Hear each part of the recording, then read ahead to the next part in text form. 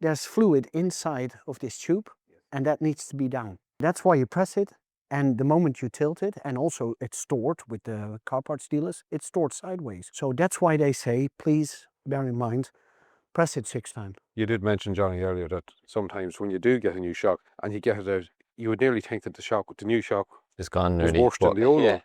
But as you say, pump it a couple of times, that gets the fluid back where it should be, then fit. A little bit of preparation goes a long way.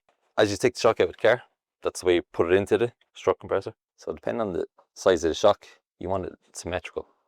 So on the front plate, you can adjust it in or out, and you wind it in and let it off a little bit. It has to be able to move.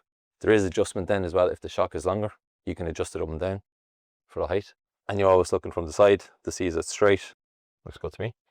And then we, as you mentioned, the cage, we bring in the jaws. You have the 4 holes on top, which you use to make it symmetrical so you can see it handy enough. And then just bring it down to it. So the moment you have pressure on the spring, you're actually safe. That spring can't go anywhere. It's held. It auto locks in place. It doesn't go anywhere. With a normal shock absorber, you're done. You can take the safety off. Yeah. But because this is a pulling shock, it actually pulls down. So you need to go free the bearing. Because at the minute, because it's a pulling shock and a push shock, at this point, you'd be in the clear because you've taken the pressure off it. But because this shock is still pulling down, if you took that centre nut out, it's going to go down with you. Yeah. And you actually destroy that small little ring, because if you see what kind of ring, it's scary actually.